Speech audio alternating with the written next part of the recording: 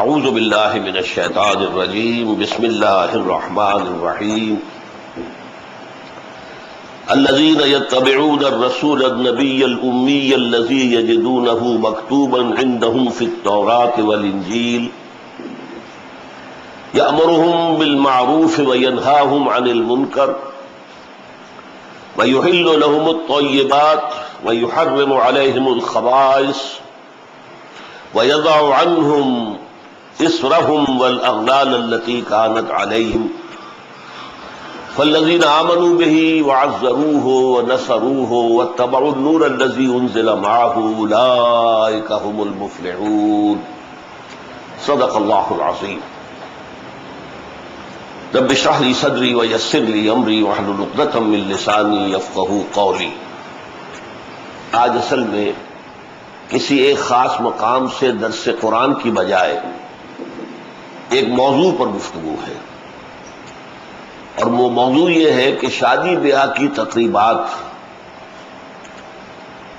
اس کے لیے مسنون طریقہ کیا ہے، اور ہمارے ہاں جو بدعات رائج ہو گئی ہیں، جو اسراف و تبذیر ہو رہی ہے، ان کو ختم کرنے کی کیا سبیل ہے۔ میں نے اپنی شعوری زندگی، جو اب ظاہر بات ہے 50 برس سے زائد پر وہی تھے، اس میں اپنی توانائیاں، اپنی قوتیں، اپنی صلاحیتیں، اپنے اوقات دو کاموں میں صرف کیے۔ ایک دعوت رجوع الی القرآن، لوگوں کو قرآن کی طرف لوٹنے کی دعوت، خاص طور پر پڑھے لکھے لوگوں کو، جس کے لیے میں ایک لفظ استعمال کر رہا ہوں جو ذرا آپ کو شاید نامانوس لگے، کہ ان لوگوں کو قرآن سے متعارف کرایا جائے کہ یہ محض ایک مذہبی کتاب نہیں ہے جس کی تلاوت سے بس ثواب لے لیا جائے،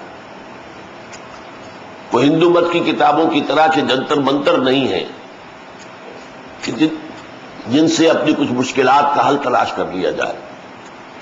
یہ کتاب ہدایت ہے، یہ پوری زندگی کے لیے رہنمائی کرنے والی کتاب ہے۔ اس کتاب کا حق ہے کہ اسے پڑھیں، اسے سمجھیں، اس پر عمل کریں اور اس کی تبلیغ کریں، اور یہ حقوق قرآن کے ہر مسلمان پر عائد ہوتے ہیں اس کی صلاحیت کے مطابق۔ میری یہ جد و جہد الحمدللہ کافی کامیاب رہی ہے، اور میں مطمئن ہوں شادم زندگی خیش کے کار کردم کہ یہ مسئلہ میرا بڑی تیزی کے ساتھ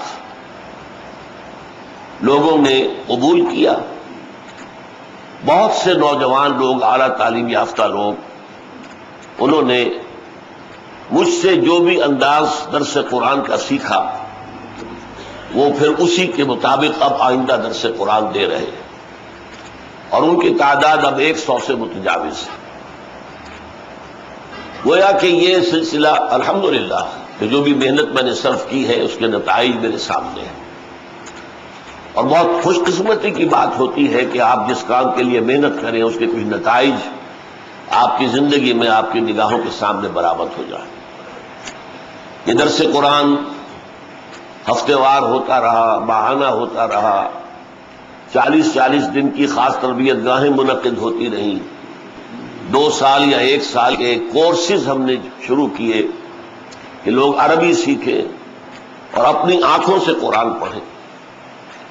پھر جو اور ذرائع ہیں، ویڈیو، آڈیو، ٹیلی ویژن پر 15 مہینے جنرل ضیاء الحق مرحوم کے دور میں وقت ملا، الہدا کے نام سے جو پروگرام چلا تھا، بہت سے حضرات کو شاید اب بھی یاد ہو۔ اب یہ ہے کہ ARY کے ذریعے سے دنیا کے بہت بڑے حصے میں اس کا چرچا ہے، نہ معلوم کہاں کہاں سے ای میلز آتے ہیں، کہاں کہاں سے خطوط آتے ہیں۔ تو یہ جو پہلو ہے میری جد و جہد کا، میں اس کے نتائج سے مطمئن ہوں۔ دوسری جد و جہد میری یہ تھی کہ قرآن کو پڑھ کر جو بات معلوم ہوتی ہے وہ تو یہ ہے کہ قرآن یہ چاہتا ہے کہ اللہ کا دین قائم کیا جائے، نافذ کیا جائے۔ یہ صرف پڑھنے پڑھانے کی چیز نہیں ہے، صرف سمجھنے سمجھانے کی چیز نہیں ہے۔ پڑھ کر ثواب لینے کی چیز نہیں ہے. یہ کوئی ریسرچ کا موضوع نہیں ہے کہ بڑی بڑی کتابیں لکھ دی جائیں. کتاب ہدایت، اور ہدایت اگر حاصل ہو گئی تو اب آپ کی زندگی کا مقصد اللہ کے دین کو قائم کرنا ہو جائے. میری زندگی کا مقصد تیرے دین کی سرفرازی. ملک نصر اللہ خان عزیز مرحوم کا یہ شعر مجھے بہت پسند ہے. میری زندگی کا مقصد تیرے دین کی سرفرازی، میں اسی لیے مسلمان، میں اسی لیے نمازی. اس اعتبار سے تنظیم اسلامی کے نام سے ایک انقلابی جماعت قائم کرنے کی میں نے کوشش کی. اس میں ظاہر بات ہے کہ رجوع لوگوں کا اتنا نہیں ہوا، اگرچہ فکر جو ہے قرآن کا انقلابی وہ بڑے حلقے میں پھیل چکا ہے، اور بھی دوسری تحریکوں کے ذریعے سے پھیلا ہے، لیکن یہ کہ ہماری اس تحریک کے ذریعے سے بھی بہت وسیع پیمانے پر یہ بات پھیل گئی ہے کہ اسلام نرا مذہب نہیں ہے جو عبادات، عقائد اور کچھ رسومات پر مشتمل ہو، بلکہ اسلام ایک دین ہے، اور دین تبھی ہوتا ہے جب وہ غالب ہو. مغلوب ہو جائے گا تو وہ مذہب رہ جائے گا. اور مذہب کا لفظ پورے قرآن اور پوری حدیث میں کہیں، قرآن میں تو میں دعوے سے کہہ سکتا ہوں، حدیث کا معاملہ یہ ہے کہ چونکہ بہت بڑا خزانہ ہے، میں یقین سے نہیں کہہ سکتا، لیکن جہاں تک میں نے پڑھا ہے حدیث میں بھی کہیں یہ لفظ نہیں آیا. یہ در حقیقت ہمارے دور گمراہی کی پیداوار ہے، بلکہ ہمارے دور غلامی کی پیداوار ہے. جس طرح عیسائیت ایک مذہب ہے، ہمارا بھی مذہب ہے. ہم اپنے بچوں کو داخل کرانے اگر جاتے تھے مدرسوں میں تو فارم پر کرتے تھے ریلیجن، تمہارا مذہب کیا؟ اسلام. کوئی اور لکھے گا کرسچینٹی. تو گویا کہ اسلام بھی دنیا کے دوسرے مذاہب کی طرح ایک مذہب بن کر رہ گیا. اس اعتبار سے یہ فکر تو اللہ کے فضل سے عام ہو گیا ہے کہ نہیں، اسلام دین ہے، اپنا غلبہ چاہتا ہے، اور اس کے غلبے کا طریقہ منہج انقلاب نبوی کے ذریعے سے سمجھا جا سکتا ہے. حضور نے انقلاب کیسے برپا کیا تھا؟ البتہ یہ کہ عددی اعتبار سے ابھی اس تنظیم کی قوت زیادہ نہیں ہے، اس پر بھی میں غیر مطمئن نہیں ہوں، اس لیے کہ کہاں ہم، کہاں نبی اکرم صلی اللہ علیہ وسلم، ہم ان کی جوتیوں کی خاک کے برابر نہیں.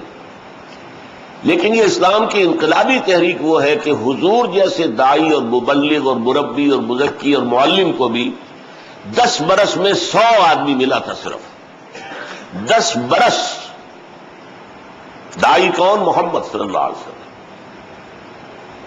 مبلغ کون؟ محمد صلی اللہ علیہ وسلم. معلم کون؟ محمد صلی اللہ علیہ وسلم. لیکن 10 برس میں 100 یا 125 میکسیمم آدمی ہے. اس لیے مجھے اس پر کوئی تشویش نہیں ہے. اطمینان ہے کہ میرے پاس جو صلاحیت تھی، جو قوت تھی، میں نے اس کام میں لگا دی ہے. اور یہ بھی ہے کہ ایک تنظیمی ڈھانچہ کھڑا کر دیا ہے منہج انقلاب نبوی کی بنیاد پر. آج جو میں کام کرنے چلا ہوں وہ آج تیسرا کام ہے، ایک سماجی برائی کی اصلاح. لیکن یہ کام بھی مسنون ہے اس اعتبار سے کہ میں نے ابھی جو آیت مبارکہ آپ کو سنائی ہے، سورہ اعراف کی آیت نمبر 157. پس منظر یہ ہے کہ حضرت موسیٰ علیہ السلام جب اپنی قوم کے 70 سرکردہ افراد کو لے کر کوہ طور پر گئے اللہ سے توبہ کرنے کے لیے کہ ہمارے لوگوں نے جو وہ سالہ پرستی کا جرم کیا ہے، اے اللہ تو بخش دے، فرما اس کا، اور ہم نے اس کی سزا بھی دے دی ہے ان کو، ان لوگوں کو قتل بھی کر دیا ہے اپنے ہاتھوں سے جنہوں نے شرک کیا، مرتد ہو گئے. پھر بھی اے اللہ تیری معافی کے طلبگار ہے، اور ساتھ ہی دعا کی، اے اللہ ہمارے لیے اپنی رحمت لکھ دے، خالص کر دے، معین کر دے ہمیشہ کے لیے کہ ہمارے شامل حال تیری رحمت رہے گی. اللہ نے اس کا جواب دیا، میری ایک رحمت تو عام ہے، وہ پوری دنیا ہر شے اس کے ساتھ شامل ہے، اس کا وجود ہی میری رحمت کی بنیاد پر ہے. لیکن میری خاص رحمت ہے وہ میں نے ان لوگوں کے لیے مخصوص کر دی ہے جو میرے رسول نبی امی پر ایمان لائیں گے، ان کی پیروی کریں گے، جن کا ذکر وہ موجود پائیں گے لکھا ہوا اپنی کتاب میں، تورات میں اور انجیل میں، اور وہ جب آئیں گے تو کیا کام کریں گے؟ یہ تین جوڑے ہیں جن کی طرف توجہ دلانا چاہتا ہوں۔ یامرہم بالمعروف وینہاہم عن المنکر، پہلے تو یہ کہ وہ نیکی کا حکم دیں گے، بدی سے روکیں گے۔ دوسرے یحل لہم الطیبات ویحرم علیہم الخبائث، ان کے لیے پاکیزہ چیزوں کو حلال ٹھہرائیں گے اور ناپاک چیزوں کو، گندی چیزوں کو حرام فرما دیں گے۔ تیسری بات وَيَضَعُ عَنْهُمْ إِصْرَهُمْ وَالْأَغْلَالَ الَّتِي كَانَتْ عَلَيْهِمْ، اور ان کے کندھوں پر جو بوجھ پڑے ہوئے ہوں گے اور ان کی گردنوں میں جو توق پڑے ہوئے ہوں گے، ان سے انہیں نجات دلائیں گے۔ آخری ٹکڑا یہ ہے فَالَّذِينَ آمَنُوا بِهِ، تو جو لوگ ان پر ایمان لائیں گے، وَعَزَّرُوهُ، ان کی تعظیم کریں گے، وَنَصَرُوهُ، اور ان کے مشن میں ان کے دست و بازو بنیں گے، مدد کریں گے، وَاتَّبَعُوا النُّورَ الَّذِي أُنزِلَ مَعَهُ، اور اس نور کا اتباع کریں گے جو ان کے ساتھ نازل کیا جائے گا، یعنی قرآن حکیم۔ اولئک هم المفلحون، وہ ہوں گے کامیاب ہونے والے۔ یہ جو آخری ٹکڑا ہے جس میں کہ ہر مسلمان کے حضور کی نسبت سے 4 فرائض سامنے آئے، فالذین آمنوا بہ، ایمان، وعزروہ، تعظیم، ونصروہ، اور ان کی مدد کریں، یعنی ان کے مشن میں ان دست و بازو بنے، واتبعوا النور الذی انزل معہ، اور اس نور کا اتباع کریں جو ان کے ساتھ نازل کیا جائے گا، یعنی قرآن حکیم۔ یہ 4 حقوق ہیں حضور کے جو مجھ پر، آپ پر عائد ہوتے ہیں۔ اس پر چھوٹے سے ٹکڑے پر میرا ایک کتابچہ ہے مکمل، یہی کراچی میں کوئی 30 سال پہلے میں وہ تقریر کی تھی، نبی اکرم صلی اللہ علیہ وسلم سے ہمارے تعلق کی بنیادیں۔ اس وقت مجھے اس آیت کا صرف ایک ٹکڑا جو ہے وہ آپ سامنے تفصیل سے بیان کرنا ہے۔ وَيَضَعُ عَنْهُمْ إِصْرَهُمْ وَالْأَغْلَالَ الَّتِي كَانَتْ عَلَيْهِمْ، ان پر سے وہ بوجھ ہٹا دے گا۔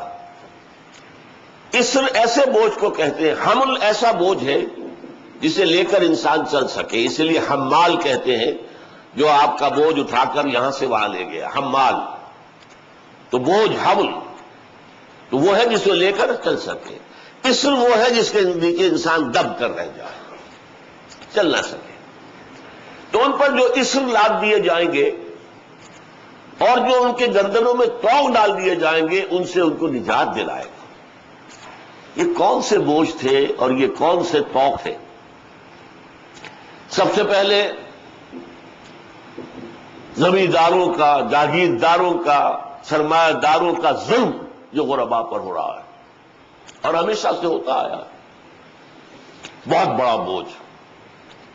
ہاری کام کرے، مزدور محنت کرے، عیش سرمایہ دار کرے، جاگیردار کرے، زمیندار کرے، یہ ایک بوجھ ہے۔ لیکن یہ بوجھ تو ختم ہو سکتا ہے صرف اس صورت میں کہ ایک مکمل اسلامی انقلاب آ جائے، ورنہ نہیں ہٹ سکتا۔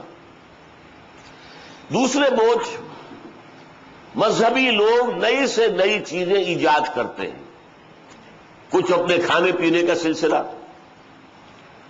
کسی کے فوت ہونے کے بعد شرعی اعتبار سے نماز جنازہ کے بعد کوئی اجتماعی تقریب ثابت نہیں، سوئم ہو رہا ہے، کھانا پکاؤ، اب 7واں ہو رہا ہے، اب 10واں ہو رہا ہے، اب 40واں ہو رہا ہے، اب برسی ہو رہی ہے۔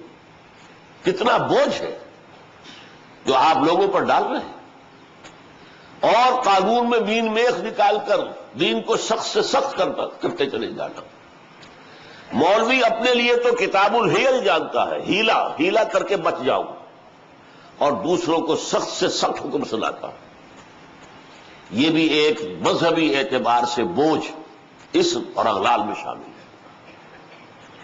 ایک اسر اور اغلال ہو جاتا ہے رسومات کے ضمن میں، وہ خود کردہ رہا علاج نیست۔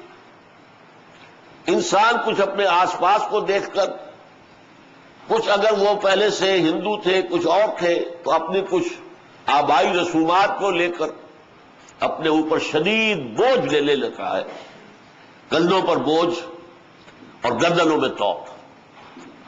یہ ہے اس کا موضوع جو میرا آج کا ہے کہ شادی بیاہ کی رسومات کے ضمن میں ایک تو وہ ربڑ کی طرح کھینچتی جا رہی ہے. دعوتیں ہو رہی ہیں. یہ ابھی رشتہ کرنے گئے ہیں تو دعوت ہے، اب شادی کی تاریخ لینے گئے ہیں تو دعوت ہے، پس رہا ہے بیٹی والا. نکاح کرنے گئے ہیں تو دعوت ہے، ولیمہ ہے، اور نہ معلوم کتنی، جس میں نہ صرف پیسے کا ضیاع ہے بلکہ لوگوں کے اوقات کا ضیاع ہے. آپ کریں گے کوئی دعوت میں کوئی نہیں جائے گا آپ کا دوست یا عزیز تو آپ کو شکایت ہوگی. اب وہ جا رہے ہیں کراچی جیسے شہر کے اندر جا رہے ہیں، جانا آنا بیٹھنا، اور ابھی دسترخوان نہیں کھلا ہے، ابھی فلاں نہیں آئے ہیں، ابھی فلاں نہیں آئے ہیں. یہ سارا وقت، اینڈ ٹائم از منی. پھر یہ کہ خرچ کے اندر دو درجے ہیں، ایک اسراف اور ایک تبذیر. اسراف تو یہ ہے کہ ضرورت کی جگہ پر ضرورت سے زیادہ خرچ کیا جائے. خوراک آپ کی ضرورت ہے لیکن ایک سالن روٹی سے بھی وہ ضرورت پوری ہوتی ہے. کئی کئی کورسز کے ڈنرز، عام گھروں میں بھی کئی کئی سالن پک رہے ہیں. یہ اسراف ہے. اپنے کپڑوں سے بڑے بڑے جو ہیں وہ المارے بھرے ہوئے، وارڈروب کے وارڈروب بھرے ہوئے. یہ سارا کیا ہے؟ اسراف ہے. ایک چھت تو ضروری ہے اپنے اوپر ہونا، لیکن ایکڑوں میں پھیلے ہوئے محل، یہ اسراف ہے. اسراف سے بڑھ کر تبذیر ہے. اسراف سے بھی منع کیا گیا ہے لیکن اس سے آگے بڑھ کر تبذیر. ان المبذرین کانوا اخوان الشیاطین، اتنا سخت لفظ. مبذرین تو شیطانوں کے بھائی ہیں. مبذر کہتے ہیں اس کو کہ جو بلا ضرورت اپنے دولت کے اظہار کے لیے پیسہ خرچ کر رہا ہے. بلا ضرورت دولت کا اظہار مطلوب ہے، شان و شوکت کا اظہار مطلوب ہے. بچی کی شادی ہے تو پوری کوٹھی جو ہے جگمگا رہی ہے بجلی کے کمکموں سے، اور اسے شیطان کے بھائی کیوں کہا گیا؟ دیکھیے شیطان کا سب سے بڑا ہیلا کیا ہے؟ شیطان لوگوں کو لڑانا چاہتا ہے. یرید الشیطان ان یوقع بینکم العداوۃ والبغضاء. شیطان تو یہ چاہتا ہے تمہارے مابین دشمنی اور بغض پیدا کر دے. اور یہ دشمنی اور بغض پیدا کرنے کا اتنا مؤثر ذریعہ ہے، جس سیٹھ کے محل میں اس کی بیٹی کی شادی ہو رہی ہے، اس کا کوئی ڈرائیور بھی ہوگا، اس کا کوئی باورچی بھی ہوگا، اس کا کوئی پہرے دار بھی ہوگا، جس کے گھر میں اس کی بچی بوڑھی ہو رہی ہوگی اس لیے کہ اس کے ہاتھ پیرے کرنے کے لیے اس کے پاس کچھ نہیں ہے. وہ جب دیکھے گا یہ اسراف اور یہ تبذیر، تو یہ دولت پانی کی طرح بہتی ہوئی، اس کے دل کی کیفیات کیا ہوگی؟ کیا اسے موقع ملے گا تو وہ سیٹھ کا پیٹ نہیں پھاڑے گا؟ فطری نتیجہ ہے. دشمنی پیدا ہوگی، بغض پیدا ہوگا. یہ احساس پیدا ہو جائے گا ہیوز اور ہیروٹس کا، جس کی بنیاد پر کہ دنیا میں کمیونزم کی تحریک اٹھی اور اب پھر اٹھے گی دوبارہ. اگر اسلام میدان میں نہ آیا تو کیپٹلزم جو گلوبلائزیشن کی عقل اختیار کر رہا ہے، اسی سطح پر کوئی جوابی رد عمل پیدا ہوگا. بہرحال ایسے لوگوں کے اندر ایک ہوک سی اٹھتی ہے کہ یہ کیا ہو رہا ہے. مسجدوں میں ہم واز سنتے ہیں کل مومن اخوۃ، تمام مسلمان تو آپس میں بھائی بھائی ہے. کیا میں اور یہ بھائی ہیں آپس میں؟ یہ جو اسر اور اغلال ہے، جیسا کہ میں ابھی عرض کر رہا تھا، امیروں کے لیے خاص طور پر نو دولتی امیر جو ہیں ان کے لیے تو یہ اپنی دولت کے اظہار کا موقع ہے. غریبوں کے لیے خاص طور پر جو سفید پوش غریب ہے، لوور مڈل کلاس کا، اس کے لیے یہ اتنا بڑا بوجھ بن گیا ہے. اس لیے کہ جتنے کھانے آپ نے کھول دیے وہ کھانا پوری اسے کرنی پڑتی ہے. وہ سوچتا میری بچی کیا کہے گی. یہ قریب میں شادی ہوئی تھی اور کوٹھی جو ہے بقعہ نور بنی ہوئی تھی. میرا باپ کیا دو جھاجریں بھی لا کر نہیں لٹکا سکتا. جو کچھ ہو رہا ہے کسی نہ کسی درجے میں انہیں کھانا پوری کرنی پڑتی ہے، اور جو بوجھ ان پر پھر پڑتا ہے اس کا آپ تصور نہیں کر سکتے. جس شخص کے ہاں 3-4 بیٹیاں ہو جائیں اس کی راتوں کی نیند حرام ہو جاتی ہے. کیسے ان کے ہاتھ پیلے کروں گا؟ کہاں سے لاؤں گا؟ ڈاکہ ماروں گا؟ کیا کروں گا؟ کہاں سے کروں گا؟ یہ ہے اسم اور اغلال جو خاص طور پر اس معاملے میں آج ہمارے معاشرے کے اندر ایک ناسور بن گیا ہے. اس کے ضمن میں اصلاح کا معاملہ بہت عرصے سے سوچا جا رہا تھا، بلکہ میں نے سب سے پہلے یہ چیز کراچی میں دیکھی تھی کہ مسجدوں میں نکاح کا سلسلہ شروع کیا گیا، لیکن پھر بعد میں مجھے معلوم ہوا یہ تو ہیرا پھیری ہے.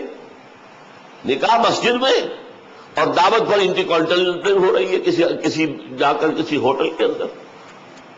تو الٹی مصیبت ہو گئی کہ رشتہ دار پہلے جائے جامعہ بن نوریہ اور وہاں جا کے نکاح میں شریک ہو، اور پھر جائے کسی اور ہوٹل کے اندر وہاں شریک ہو. تو یہ تو ایک مصیبت دگنی ہو گئی بجائے اس کے کہ اس سے کوئی بدن کم ہوا. بہرحال میں جب 1965 میں منتقل ہوا لاہور، اور اس وقت سے میں نے اپنی بنیاد پر ایک تحریک کا آغاز کیا. میں نے کہا تھا میری شعوری زندگی 50 برس سے زائد کی ہے. پہلے میری وہ زندگی گزری ہے جماعت اسلامی کے ساتھ، جمعیت طلبہ کے ساتھ. لیکن جب میں وہاں سے علیحدہ ہوا، کچھ انتظار کرتا رہا کہ جو اور بڑے لوگ علیحدہ ہوئے ہیں وہ کوئی کام شروع کریں تو میں بھی ان کے ساتھ شریک ہو جاؤں. لیکن جب کوئی نہیں کر سکا تو پھر 1965 میں نے کہا کہ اب جو بھی کچھ کرنا ہے مجھے اپنی قبر میں جانا ہے، اللہ نے مجھ سے پوچھنا ہے. میں یہ کہہ کر نہیں چھوٹ جاؤں گا کہ مولانا اصلاحی صاحب نے کوئی جماعت قائم نہیں کی، شیخ سلطان احمد صاحب نے ابھی باقاعدہ حیات ہے، اللہ تعالیٰ انہیں اور عمر دے، صحت دے، کوئی جماعت شروع نہیں کی. تو میں کیا کرتا؟ نہیں، مجھے تو اپنی قبر جانا. تو پھر میں نے جو تحریک شروع کی ہے میں اس کو 1965 سے شمار کرتا ہوں. وہاں جب میں نے درس دینے شروع کیے تو ظاہر بات ہے کہ میرے درس کے نتیجے میں ایک حلقہ پیدا ہوا جو مجھ سے محبت کرنے والے لوگ تھے. بعض میں وہ محبت اتنی شدید تھی کہ اسے عقیدت کے لفظ سے بھی تعبیر کیا جا سکتا ہے. اب جب ان کے ہاں شادی کا موقع آتا تھا تو کہتے تھے کہ آپ نکاح پڑھا. میں کہتا تھا بھائی میں نے تو کبھی نکاح نہیں پڑھایا، نہ میں نکاح پڑھانا جانتا ہوں، کیا اس کے لوازم ہیں؟ دیکھیں نہیں. جب میرے ایک بہت قریبی ساتھی نے کہا کہ یہ میری بیٹی کی خواہش ہے جس کا نکاح ہونا ہے، تو میں نے ہتھیار ڈالے، نکاح کا میں نے سلسلہ شروع کر دیا. اور میں اپنے ہر نکاح جو میں پڑھاتا تھا اس کے ساتھ تقریر کرتا تھا، اور اس جو بھی وہاں پر تبذیر اور جو فضول خرچی ہوتی تھی، اسراف، اس کے خلاف اس کی مذمت کرتا تھا. لوگ سن لیتے تھے، رسومات کی مذمت کرتا تھا، لوگ سن لیتے تھے، گردن جھکا لیتے تھے، لیکن پرنالہ وہی کا وہی رہتا تھا. اگلی شادی ہوگی تو ہوگا وہی، کیا کریں عورتیں نہیں مانتی. گھروں میں راج عورتوں کا ہے، خواتین کا ہے. پھر میں نے طے کیا 1973 کے اندر اب میں کسی محفل نکاح میں شریک نہیں ہوں گا جو مسجد میں نہ ہو. آج تک قائم ہوں اس پر، 31 برس بیت چکے ہیں. پھر مسجد میں نکاح پڑھاتا تھا، لوگ جا کر پھر دعوت دے دیتے تھے. میں نے کہا میں کوئی ایسا نکاح نہیں پڑھاؤں گا جس کے ساتھ کوئی دعوت تام بھی ہو. اس کے دلائل میں بعد میں عرض کروں گا آپ سے. پھر میں نے یہ کہا آخری بات کہ میں جو ہے نکاح نہیں پڑھاؤں گا جب تک فلاں فلاں شرطیں پوری نہ ہوں. تو اس سے وہ پھر تحریک اللہ کے فضل و کرم سے چلی ہے، اور اس کے اصول کیا وہ جان لیجئے. بلکہ اس سے پہلے یہ کہ پس منظر میں اصلاحی کوششیں جو ہوئی ہیں ان کا بھی اجمالی تذکرہ ہو جائے. سب سے پہلی بات تو یہ کہ ہر شخص واعظ کہنے والا کہتا تھا سادگی ہونی چاہیے، سادگی ہونی چاہیے، سادگی ہونی چاہیے. لیکن غور کیجئے آپ کہ سادگی ایک بے معنی لفظ ہے. غریب کی سادگی کچھ اور ہے، امیر کی سادگی کچھ اور ہے. جھگی میں رہنے والے کی سادگی کچھ اور ہے، اور محل میں رہنے والے کی سادگی کچھ اور ہے. اس کو کوئی معنی نہیں ہے، مہمل لفظ، کوئی معین مفہوم نہیں. پھر کچھ قانون سازی کا سہارا لیا گیا. مرحوم جنرل ضیاء الحق صاحب کے زمانے میں قانون سازی کی گئی، اس سے زیادہ مہمان نہیں ہونا چاہیے، اس سے زیادہ خرچہ نہیں ہونا چاہیے، اس سے زیادہ جہیز نہیں ہونا چاہیے. لیکن یہ قانون سازی جو ہے اس کا صرف ایک فائدہ، اور وہ پولیس والوں کو پہنچا کہ ان کے لیے بڑی بڑی تیغیں جو دیگیں ہیں اٹھا کے لے گئے اور انہوں نے مزے سے کھائی بیٹھ کر، یا یہ کہ کوئی مکہ ہو گیا تو پیسے لے کر چلے گئے اور اس سے کچھ حاصل نہیں.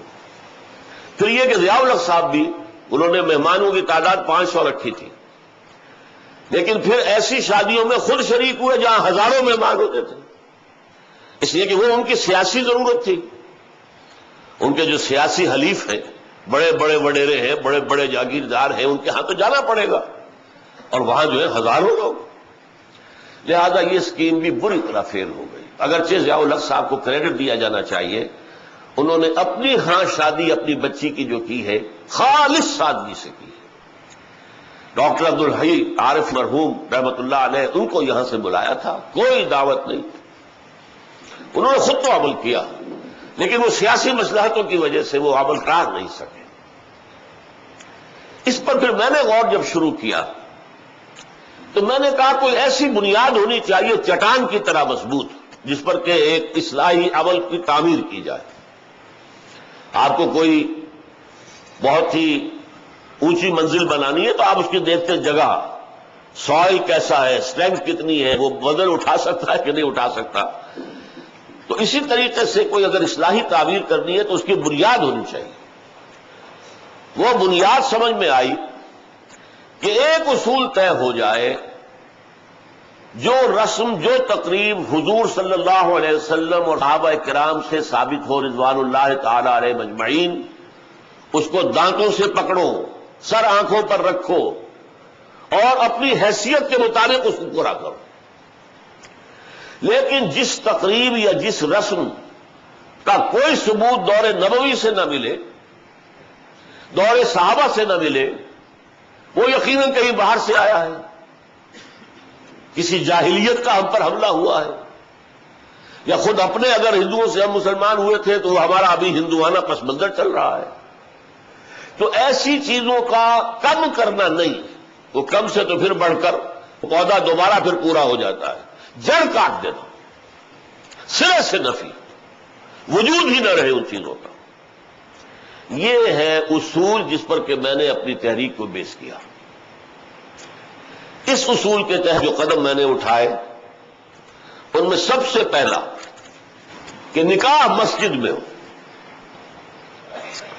اور اس کے لیے جو دلائل دیے وہ لوگوں کے لیے اتنے کنونسنگ تھے کہ یہ کام تو اب بڑے پیمانے پر شروع ہو چکا ہے. لاہور میں، پنجاب میں، جہاں میرا زیادہ وقت گزرتا ہے.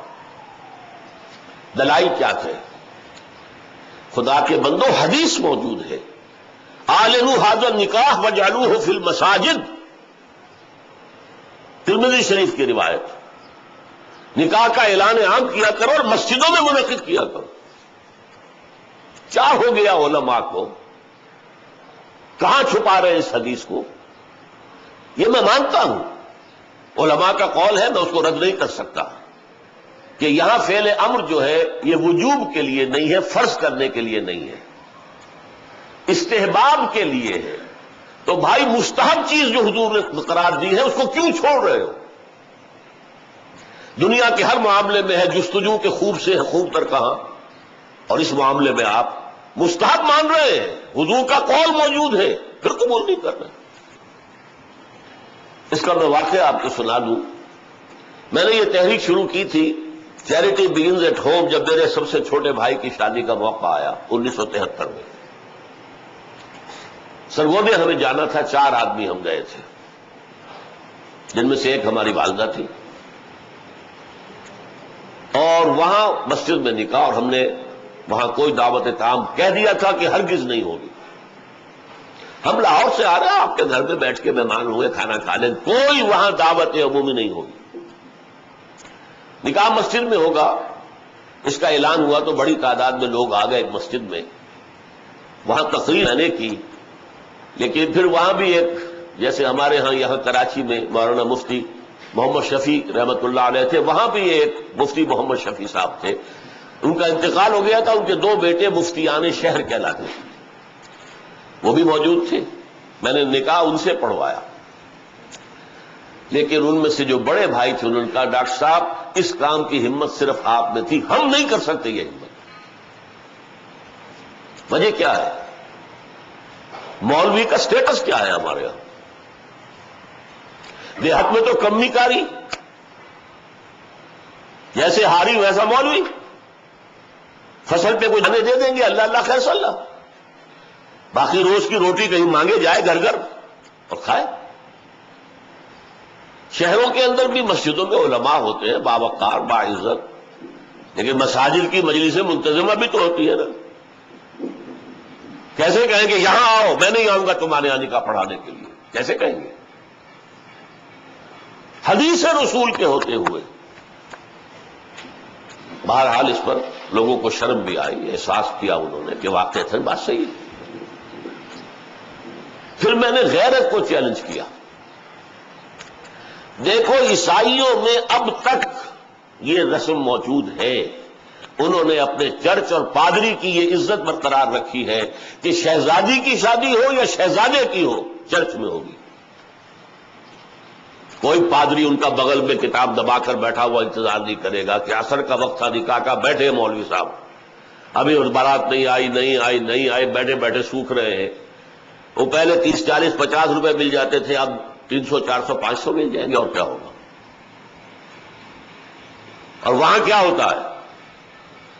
شہزادہ یا شہزادی چرچ میں آؤ، پادری کے سامنے کھڑے ہو کر ایجاب و قبول کرو۔ مجھے یاد آ رہا ہے کہ جب سارا فرگوسن کی شادی ہونے والی تھی پرنس اینڈریو سے، وہ ذرا لٹ کھٹ قسم کی لڑکی تو میں کہہ نہیں سکتا، عورت تھی وہ، اس کا ایک بیان آیا تھا، I am not that timid type of woman. I am not going to say I will obey him. اس سے مجھے معلوم ہوا اتنی اچھی بات ہے، اور یہ خود قرآن مجید کے مطابق ہے کہ ان کے ہاں جب نکاح ہوتا ہے تو لڑکی دلہن یہ بھی کہتی ہے میں اس کی اطاعت کرتی رہوں گی۔ اس نے کہا میں نہیں کہوں گی، I am not that timid type of woman کہ میں یہ الفاظ کہوں، کہنے تو پڑے ہوں گے۔ اور دیکھیے قرآن کی آیت، الرجال قوامون علی النساء فالصالحات قانتات، اطاعت کرنے والی ہے۔ بہرحال چرچ کی یہ حیثیت آج تک ہے، ہمارے ہاں نہیں، ختم۔ مولوی کا نہ مقام اور نہ اس کی حیثیت۔ تیسری بات میں نے یہ عرض کی کہ دیکھیے نکاح سے ایک نئے خاندان کا وجود آپ کے معاشرے میں ہوگا، اللہ اولاد دے گا، ایک خاندان وجود میں آئے گا۔ اس خاندان کے لیے دعا کی جاتی ہے، اے اللہ اس نکاح میں دین و دنیا کی سعادت اور برکات عطا فرما۔ وہ دعا کا ماحول ہوتا ہے، آپ نے اعلیٰ ترین سنہری قسم کے شامیانے تان دیے، اور فرش میں آپ نے قالین بچھا دیے، صوفے لگا دیے، لیکن وہاں کیا ہوتا ہے؟ سگریٹیں پی جا رہی ہے، دھواں ہے، کہہ لگ رہے ہیں، غیبتیں ہو رہی ہیں، پھر یہ کوئی بھانڈ آ گئے تو فحش گوئی ہو رہی ہے، اور ایک کونے میں بیٹھا ہوا بیچارہ مولوی کچھ من من من من من من کر کے پڑھتا ہے، جیسے کہ صرف دولہا کو سنا رہا ہے کچھ، اور پھر کہتا دعا مانگ لے۔ تو دعا کیا خاک مانگ لے؟ دعا کا ماحول ہوتا ہے، کوئی اللہ کی طرف توجہ ہو، کوئی رجوع ہو تو دعا مانگی جاتی ہے۔ لہذا اس دعا کا ماحول بھی جو مسجد میں ہے وہ اور کہیں نہیں۔ چوتھی چیز، یہ بھی غیرت کو جگانے والی ہے، اگر حضور کی بیٹیوں کے نکاح مسجد میں ہوئے تو کون مسلمان ہے جو کہہ سکے میری بیٹی زیادہ باعزت ہے فاطمہ سے رضی اللہ تعالی عنہ؟ میری بیٹی کا نکاح مسجد میں کیسے ہو؟ آخری چیز، اور یہ اصل میں اس ازدواجی رسم کے ضمن میں جو اہم فلسفہ ہے وہ میں بعد میں بیان کروں گا، کس قدر بچت ہو گئی۔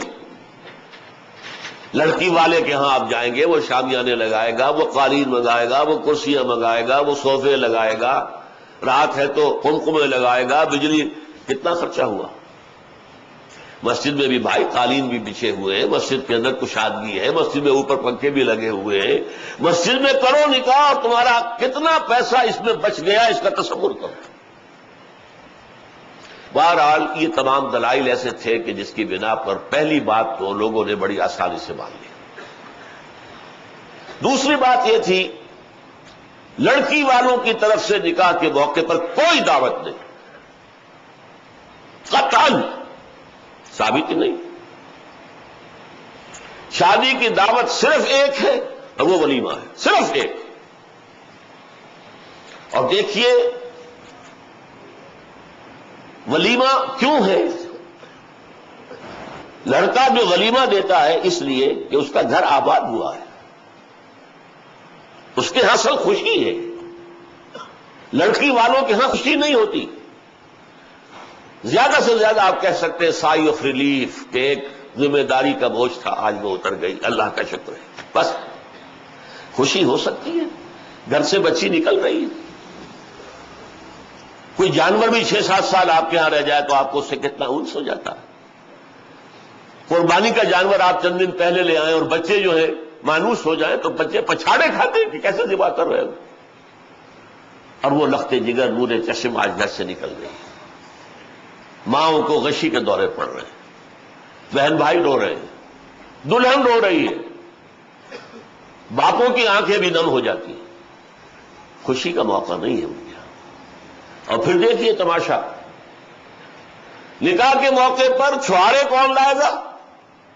لڑکے والے، اور مرغ پلاؤ کس سے کھائیں گے؟ لڑکی والوں سے۔ تو ذرا عقل کے ناخن لو، جو تمہیں مرغ پلاؤ اور متنجن کھلا سکتا ہے وہ چھوارے نہیں بانٹ سکتا تھا؟ یہ کیا ہے؟ یہ وہی ہے ہندوانہ پس منظر اور ہمارا اسلامی پس منظر، دونوں یہاں گڑبڑ ہو گئے۔ اور اس کے ضمن میں آپ کو ایک خوشطبعی کے طور پر یہ بات بتا دوں کہ میوات کے علاقے میں جو مسلمان رہتے ہیں، جہاں شدھی کی تحریک شروع ہوئی تھی اور جس کی اصلاح کے لیے پھر تبلیغی جماعت کا آغاز ہوا، وہاں وہ لوگ تھے کہ جو کبھی بڑے بوڑھے کسی ان کے آباء و اجداد میں سے کسی مسلمان صوفی ولی اللہ کے ہاتھ پر ایمان لے آئے، لیکن نہ تعلیم نہ تربیت، کلمہ ہی نہیں آتا تھا، اسے یہ کلمہ جماعت کہتے تھے اس کو، تبلیغی جماعت کو، کلمہ پارٹی، جا کے کلمہ سکھاتے تھے لوگوں۔ ان کے ہاں سنا ہے نام بھی ایسے ہوتے تھے، آدھا ہندو نام آدھا مسلمان نام۔ وہ لاہور میں ایک بزرگ بھی ہے جن کا کہ عرس بھی ہوتا ہے، مادھو لال حسین، مادھو لال حسین، بڑے بزرگ۔ شادی میں کیا کرتے تھے؟ اچھا جی مولوی جی کو بلا لو، وہ مولوی تو کہہ نہیں سکتے تو مولوی جی کو بلا لو، وہ بول پڑھوا دے۔ لیکن یہ صرف کہنے سے میں نے قبول کیا، یہ نکاح ہو گیا، بندھن بن گیا، تو کوئی بات نہ ہوئی۔ اب پھیرے بھی ڈلواؤ، پھیرے میں پتہ چلتا ہے کہ بندھ گئے یہ دونوں، اس لیے کہ دونوں کے کپڑے کے اندر گرہ لگائی جاتی ہے، اور وہ گرہ لگا کر وہ 7 پھیرے جو ہے وہ جب لیتے ہیں سب کے سامنے، معلوم پکی گرہ لگ گئی ہے، ورنہ اس سے پہلے تو یہ بول جو ہے 2 بول، ان سے کیا ہوا؟ لہذا نکاح کے موقع پر چھوارے لاتا ہے لڑکے والا اور پھر دعوت کھاتے ہیں لڑکی والوں سے، انتہائی نامعقول بات۔ میں نے عرض کیا نا کہ خوشی ہے، دعوت ایک ہے ولیمہ، اس کے لیے حضور نے اتنی تاکید فرمائی، اولموا، یہ احادیث ہے، اولموا ولو بشاق، ولیمہ ضرور کرو چاہے ایک ہی بکری ہو تمہارے پاس۔ اور یہ عرب میں مفلس ہونے کی سب سے بڑی علامت تھی، وہاں تو بھیڑیں اور بکریاں پالتے تھے، ریوڑ ہوتے تھے، ایک ہی بکری ہے تو وہی ذبح کرو، گوشت پکاؤ کھلاؤ۔ یہاں تک دعوت، اذا دعا احدکم للولیمۃ فلیاتھا، جب تم میں سے کسی کو ولیمے کی دعوت دی جائے ضرور جائے۔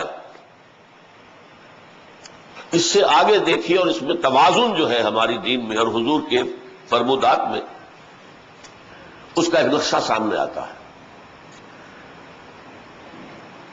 بے شک طعام و طعام الولیمہ، ولیمے کا کھانا برا کھانا ہے۔ کیوں؟ اس میں غریبوں کو نہیں بلایا جاتا، ظاہر بات ہے کہ مسلی کھلانے کے لیے تو ولیمہ نہیں ہوتا، ولیمہ تو ہوتا ہے اپنے دوستوں کو، احباب کو، رشتہ داروں کو، قرابت داروں کو شریک کرنے کا۔ لیکن اس کے باوجود، اسی حدیث کا ٹکڑا، اس کے باوجود میں تم سے کہتا ہوں کہ جسے بلایا جائے اگر وہ نہیں جائے گا تو وہ اللہ اور اس کے رسول کے حکم کی خلاف ورزی کرے گا۔ یہ تاکید ہے، اور یہاں تک تاکید ہے اگر تمہارے کسی بھائی نے نکاح کیا ہے اور اس کے پاس کچھ نہیں ہے ولیمے کے لیے، اپنے گھر سے کھانا لے جاؤ اور اس کے ساتھ جا کر بیٹھ کر کھا لو، سیلیبریٹ کرو۔ سیلیبریٹ کرنے کی ایک سمبل ہے، یہ اس کی ایک علامت ہے۔ آپ سوچئے جس نبی نے دعوت ولیمہ پر اتنی تاکید ہمیں کی ہے، اگر لڑکی والوں کی طرف سے نکاح کے موقع پر دعوت میں بھی کوئی خیر ہوتا تو وہ ہمیں نہ سکھاتے، نہ بتاتے، کیا بخل سے کام لیتے؟ ہاں، اس ضمن میں میرے علم میں بات آئی کہ سعودی عرب میں یہ مسئلہ ہو رہا ہے، وہاں بھی مسجد میں نکاح نہیں ہوتا، لڑکی والے کے گھر جا کر، اور دعوت بھی ہوتی ہے، لیکن اس دعوت کا سارا خرچہ لڑکے والے دیتے ہیں، پورا خرچہ، اور اسے وہ ولیمۃ العرس کہتے ہیں، اسی کو ولیمہ کہتے ہیں۔ اور میں نے جب تحقیق کی احادیث سے تو یہ بھی ہے، اگرچہ عام یہی ہے کہ ولیمہ خلوت صحیحہ کے بعد، دولہا اور دلہن کی ایک ملاقات ہو جائے اس کے بعد ہونا چاہیے، بہتر یہ ہے، ہمارے ہاں عام رواج بھی یہی ہے، لیکن احادیث ہے جس میں یہ بھی ہو سکتا ہے کہ عین اسی وقت، اور وہ یہی کرتے ہیں ولیمۃ العرس، اور اس کے لیے سارا خرچہ لڑکی والے کا دعوت ہو رہی ہے لیکن خرچہ سارا لڑکے والے کر رہے ہیں۔ تو یہ دوسری بات ہے جو میں نے آپ سے عرض کری، نکاح میں اور لڑکی والوں کی طرف سے کوئی دعوت طعام نکاح کے موقع پر نہیں۔ اس سے ایک تیسرا نتیجہ خود بخود نکل آیا، بارات کی لعنت کی نفی ہو گئی۔ میں کس دھڑلے سے لعنت کہہ رہا ہوں اس کو، یہ وہ شے ہے جس کا کوئی ذکر نہ قرآن میں ہے نہ حدیث میں ہے، بلکہ عربی میں اس کے لیے کوئی لفظ نہیں ہے۔ بارات، اور جب سے وہ جوش بلی آبادی کی کتاب آئی تھی یادوں کی بارات، مجھے تو اس لفظ بارات سے انتہائی نفرت ہو چکی۔ بھائی نکاح مسجد میں ہونا ہے، لڑکی والے لڑکے والے جمع ہو گئے، اب نکاح ہو گیا، اپنے اپنے گھروں کو جاؤ۔ اب لڑکی کی رخصتی، وہ بھی ہم نے ایک رسم علیحدہ بنا لی ہے، رخصتی کے وقت بھی کیا کچھ ہوگا۔ لیکن رخصتی حضرت فاطمہ کی کیسے ہوئی تھی؟ پہلی بات تو یہ کہ حضرت علی کے پاس کوئی گھر نہیں تھا، وہ فقراء صحابہ میں سے تھے۔ ایک انصاری صحابی نے انہیں ایک حجرہ دیا، اس میں حضرت فاطمہ ودا ہو کر گئی، لیکن حضور ہی کے گھر کی مستورات جا کر چھوڑ آئی وہاں پر، کوئی لڑکے والوں کی طرف سے یا خود لڑکا بھی نہیں آیا، کیونکہ کچھ لوگ آئیں گے تو کچھ نہ کچھ تقریب تو کرنی پڑے گی۔ کیسے ہو سکتا ہے کہ آپ کے گھر پر آئیں اور آپ انہیں نہ ٹھنڈا گرم کچھ نہ کھلائیں، اور گرم ہوگا تو چائے ہوگی تو کچھ نہ کچھ تو اس کے ساتھ ہوگا۔ وہ ہوتے ہوتے ہوتے ہوتے وہی چیز بڑھتے ہوئے ایک پوری رسم بن جائے گی اور ایک پوری دعوت بن جائے گی۔ تو بارات کا کوئی تصور اسلام میں نہیں۔ نمبر 3، جہیز کا کوئی تصور اسلام میں نہیں۔ یہ خالص ہندوانہ پس منظر ہے ہمارا۔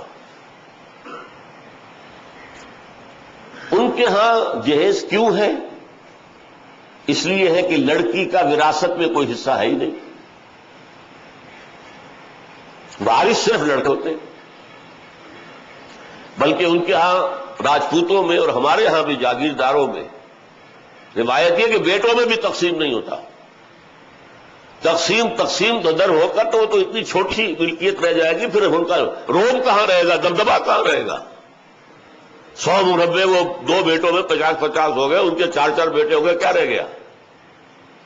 اب وہ ٹور کہاں رہے گی، وہ شان کہاں رہے گی؟ تو صرف بڑا بیٹا وارث، باقی سب اس کے کمی کاری۔ اور لڑکیوں کے لیے تو کوئی سوال ہی نہیں کہ کوئی وراثت ہو۔ لہذا جب وہ گھر سے رخصت کرتے تھے تو اس گھر سے رخصت کرتے ہوئے کچھ دے دلا دیتے تھے، اور اسے کیا کہتے تھے؟ دان بھیج، یہ خیرات ہے جو ہم دے رہے ہیں، ورنہ لڑکی کا حق کوئی نہیں۔ یہ ہے پس منظر۔ اور چونکہ عام طور پر یہ شہر جیسے کراچی جیسے تھوڑا ہی ہوتا تھے، چھوٹے چھوٹے بستیاں گاؤں ہیں، اور ہندوؤں میں بھی رواج یہ ہے کہ دور شادی کرو، قریب یہ منع کرو، لہذا ایک گاؤں سے دوسرے گاؤں جانا ہے اور وہاں جہیز سے لدے پھندے مال غنیمت لے کر واپس آنا ہے، اور راستے میں چوری چکاری ڈاکے کا خطرہ ہے، لہذا جتھا لے کر جاؤ۔ یہ بارات ہے، یہ جنج جو ہے، یہ بارات اس لیے جتھا جائے تاکہ جو مال غنیمت وہاں سے لانا ہے اس کی حفاظت کا بندوبست ہو جائے۔ اسلام میں کوئی جہیز نہیں، قطعاً کوئی جہیز نہیں۔ البتہ اس معاملے میں ہمارے ہاں جو ایک مغالطہ ہے وہ سمجھ لیجیے۔ حضرت فاطمہ کا جہیز رضی اللہ تعالی عنہ، اس جہیز کا لفظ وہاں پر استعمال کر کے جنہوں نے بھی کیا ہے ظلم اٹھایا ہے امت کے اوپر۔ حضرت فاطمہ کے جہیز کی بنیاد پر اب لاکھوں روپے کا جہیز جو ہے، اور نہ معلوم کیا کچھ لاکھوں، کیا کار جا رہی ہے، یہ جا رہا ہے، وہ جا رہا ہے، ایک کروڑ پتی کے گھر سے نکل کر ایک دوسرے کروڑ پتی کے گھر میں جا رہی ہے تو کروڑوں لے کر جا رہی ہے۔ حضرت فاطمہ کے جہیز کی حقیقت کیا تھی یہ سمجھ لیجیے۔ جب شادی کا وقت آیا ہے تو حضور نے حضرت علی کو بلایا، پوچھا علی تمہارے پاس کچھ مہر دینے کے لیے کچھ پیسے ہیں؟ عرض کیا حضور میرے پاس کچھ نہیں ہے۔ پھر کہہ رہا ہوں میں، وہ فقراء صحابہ میں سے تھے، جیسے ابو الدرداء تھے، سلمان فارسی تھے، ابو ذر غفاری تھے، یہ فقراء صحابہ ہیں، درویش منش۔ حضور نے کہا تمہارے پاس وہ ایک زرہ ہوتی تھی؟ جی ہاں زرہ تو ہے، لیکن حضرت علی نے جواب کیوں دیا نفی میں کہ زرہ کوئی دولت تو نہیں ہے، وہ تو جہاد کے لیے ایک اسلحہ ہے۔ فرمایا جاؤ اسے بیچو یا گروی رکھو اور قرض لے کر آؤ، اس لیے کہ بہرحال مہر تو شرط ہے، مہر تو دینا۔ وہ گئے اپنی زرہ لے کر بازار میں، حضرت عثمان نے 30 درہم میں خرید لی، اور عجیب بات دیکھیے چند دنوں کے بعد وہ ہدیتاً واپس کر دی۔ اس وقت خرید لی کہ اگر میں یہ کہوں گا کہ نہیں نہیں یہ رہنے دو، میں تمہیں پیسے دیتا ہوں، تو حضرت علی کی عزت نفس کو ٹھیس پہنچتی ہے کہ یہ مجھے خیرات دے رہے ہیں۔ اس وقت خریدی ہے 30 درہم میں، پھر ہدیتاً بعد میں پیش کر دی۔ وہ پیسے لا کر حضرت علی نے رکھ دیے حضور کے سامنے، اس میں سے کچھ آپ نے اندر بھجوا دیے دلہن کو تیار کرنے کے لیے، کوئی اس کا اچھا لباس، کوئی خوشبو، کوئی چیز تو ہو، اور باقی سے وہ سامان بنایا، ایک گدا جس میں کھجور کی چھال بھری ہوئی ہے، 2 تھیے ان میں بھی کھجور کی چھال بھری ہوئی ہے، ایک مشکیزہ کنویں سے پانی تو لانا ہی ہے، ایک چکی گندم میسر ہو یا جو پیسنے تو پڑیں گے روٹی کے لیے، 1-2 اور برتن، یہ اس پیسے سے بنایا گئی ہوئی چیزیں تھیں۔ حضور نے اپنی جیب سے 1 پیسے کی کوئی شے نہیں دی جسے جہیز کہہ سکتے۔ حضور ہی کی دوسری صاحبزادی کا نکاح ہوا ہے مدینہ منورہ میں، 2 نکاح تو آپ کی 2 بیٹیوں کے مکے میں ہو چکے تھے، حضرت فاطمہ اور ام کلثوم، ان کے نکاح مدینے میں ہوئے ہجرت کے بعد۔ ام کلثوم حضرت عثمان کے ہاں جا رہی تھی، وہاں بھرا گھر، ہر شے موجود، وہاں کسی جہیز کا ذکر نہیں ملتا۔ یہ کیسے ہو سکتا ہے کہ نبی اتنی بے انصافی کرتے کہ ایک بیٹی کو تو جہیز دیا دوسری کو نہیں دیا؟ کوئی ذکر کیوں نہیں ہے؟ وہاں سرے سے کوئی ضرورت تھی ہی نہیں، گھر میں ہر شے موجود ہے ضرورت کی، لہذا کسی جہیز کا ذکر نہیں۔ اس جہیز کی لعنت کی جڑ کاٹنا آسان نہیں ہے، باقی سارے کام ہو جائیں گے، لیکن یہ مسئلہ جو ہے دولت کا، انہ لحب الخیر لشدید، دولت بڑی پیاری ہے، لڑکے والے جو ہے مانتے ہیں، کیا کریں، لڑکیوں کے ہاتھ پیلے کرنے ہیں، اپنے ہاں بیٹھائے تو نہیں رکھنا، لہذا میں نے اس کو اپنی ان شرائط میں شامل نہیں کیا کہ اگر جہیز ہوگا تو میں نہیں آؤں گا اور میں نہیں نکاح پڑھاؤں گا.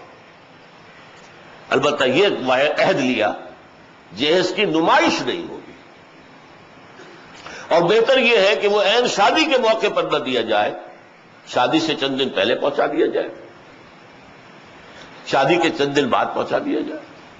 ہدیہ ہے، آپ دے رہے ہیں، کوئی منع نہیں کر سکتا، کوئی حرام نہیں کہہ سکتا، لیکن اس کو وراثت کی جگہ سمجھنا یہ کفر ہے.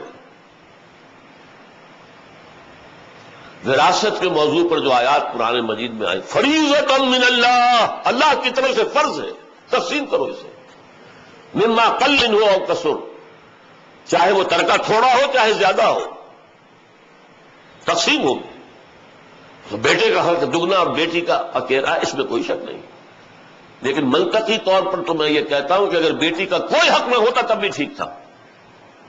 کیوں؟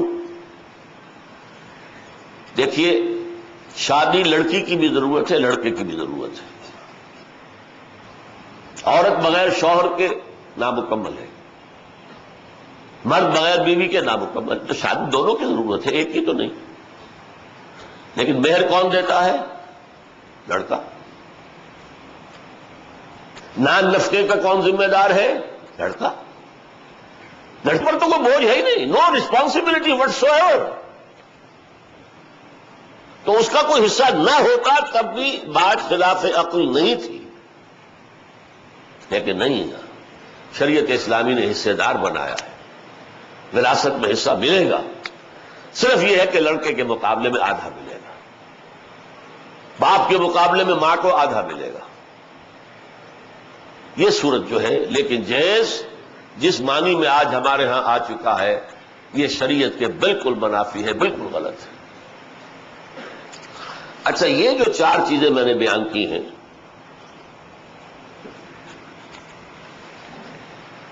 ان سب میں اگر آپ نے غور کیا ہو تو بٹوین دی لائنز جو فلسفی ہے وہ کیا ہے؟ وہ فلسفی یہ ہے کہ شادی کے معاملے میں لڑکی والے پر کسی ایک پیسے کا بھی بوجھ نہ ہو.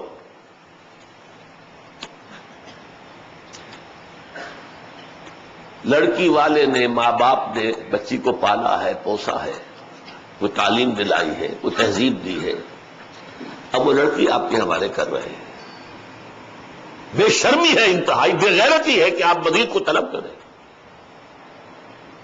سارا اپنے لڑکے والے پر، گھر اس کا آباد ہو رہا ہے، مہر وہ دے گا، ولیمہ وہ کرے گا، نان نفقے کا ذمہ دار وہ ہوگا. لڑکی والے کا خرچ ختم. نہ اس کے گھر پہ بارات آنی ہے، نہ اسے کوئی شامیانے لگانے ہیں، نہ اسے کوئی دعوت طعام دینی ہے، نہ اسے چھوارے تقسیم کرنے ہیں. چھوارے بھی لڑکے والے تقسیم کریں گے. مہر دینا ہے لڑکے والے. لڑکی والے پر ایک پیسے کا بوجھ نہیں آنا چاہیے. یہ ایک انتہائی انقلابی تصور ہے جو میں آپ کے سامنے پیش کر رہا ہوں، اور دلائل کے ساتھ پیش کر رہا ہوں. یہ فلسفہ ہے اسلام کا، معاشرت کا، کہ شادی بیاہ کے اندر لڑکی والے کے اوپر کوئی بوجھ نہ ہے. اب آپ سوچئے کہ کسی کے 4-5 بیٹیاں ہو جائیں، اسے جو رات کی نیند حرام ہو جاتی ہے، کوئی ضرورت نہیں ہوگی. اسے اپنی بچیوں کی شادی کے لیے کوئی فکر مند ہونے کی ضرورت نہیں ہے. اسے کوئی خرچہ نہیں کرنا ہے، خرچہ لڑکے والے کریں گے. آخری اصلاح جو ہم نے کی ہے اس معاملے میں، کہ خطبہ نکاح خطبہ کہلاتا. خطبہ اس لیے ہوتا تعلیم اور تربیت کے لیے. دیکھیے، حضور کے زمانے میں نہ مدرسہ تھا، نہ کالج، نہ کتابیں. قرآن بھی پورا ایک جلد کے اندر کسی کے پاس موجود نہیں تھا، نہ پھر کوئی ویڈیو آڈیو، کچھ بھی نہیں. تو تعلیم کا طریقہ کیا تھا؟ کسی بھی موقع پر جب مسلمان جمع ہو تو خطبہ نکاح کے موقع پر، خطبہ عیدین کے موقع پر، خطبہ جمعہ کے موقع پر، لشکر روانہ کیا جا رہا ہے تو اس موقع پر، کوئی وفد آیا ہے تو اس موقع پر خطبہ دیا جاتا. اس خطبے ہی میں تعلیم تھی ساری. اور سب سے مکمل اور سب سے زیادہ وہ خطبہ جمعہ ہے۔